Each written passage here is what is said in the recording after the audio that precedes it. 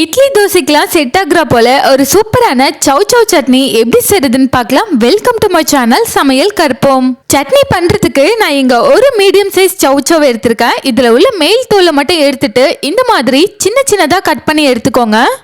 அடுத்ததா ஒரு கடாயில தேவையான அளவு எண்ணெய் சேர்த்துட்டு எண்ணெய் நல்லா சூடானதும் 1 டேபிள் ஸ்பூன் கடலைப்பருப்பு சேர்த்துக்கோங்க. 1 டேபிள் ஸ்பூன் உளுத்தம் பருப்பு சேர்த்துட்டு நல்லா வறுத்துக்கோங்க. பருப்பு நல்ல கலர் மாதிரி வர வரைக்கும் வதக்கணும். பருப்பு நல்லா வறுபட்டு வாசம் வர ஆரம்பிக்கும், அது வரைக்கும் வறுத்துக்கோங்க.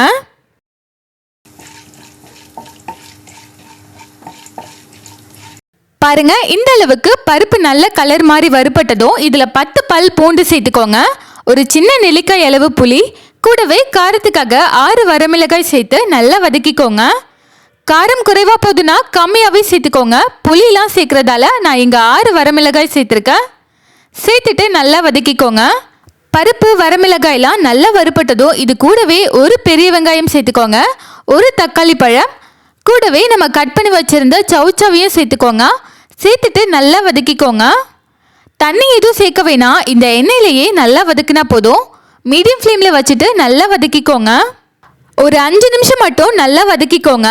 சவ் சவ் குழைவா வதங்க வைக்க வேணாம், ஓரளவுக்கு வதங்கினாவே போதும். பாருங்க, சவ் சவ் நல்லா வதங்கி லேசாக கலர் மாதிரி இருக்கு. இப்போ ஸ்டவ் ஆஃப் பண்ணிட்டு இதை ஆற வச்சிருங்க. ஆறுனதுக்கு அப்புறம் ஒரு மிக்ஸி ஜாரில் சேர்த்துட்டு கூடவே தேவையான அளவு உப்பும் தேவையான அளவு தண்ணியும் சேர்த்து அரைச்சி எடுத்துக்கோங்க. இப்போ சட்னியை அரைச்சாச்சு. இது தாளிக்கிறதுக்கு தாளிப்பு பேனில் கொஞ்சம் எண்ணெய் சேர்த்து எண்ணெய் சூடானதும் கடுகு பொரிஞ்சதுக்கு அப்புறமா கொஞ்சமாக கருவேப்பிலை சேர்த்து தாளித்து சட்னியில் சேர்த்துருங்க.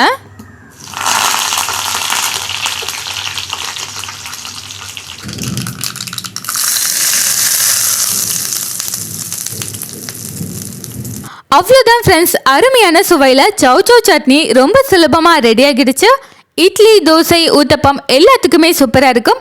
நீங்களும் இந்த சட்னியை உங்கள் வீட்டில் செஞ்சு பாருங்க. செஞ்சு பார்த்துட்டு எப்படி இருந்ததுன்னு கமெண்ட்ஸில் சொல்லுங்கள்.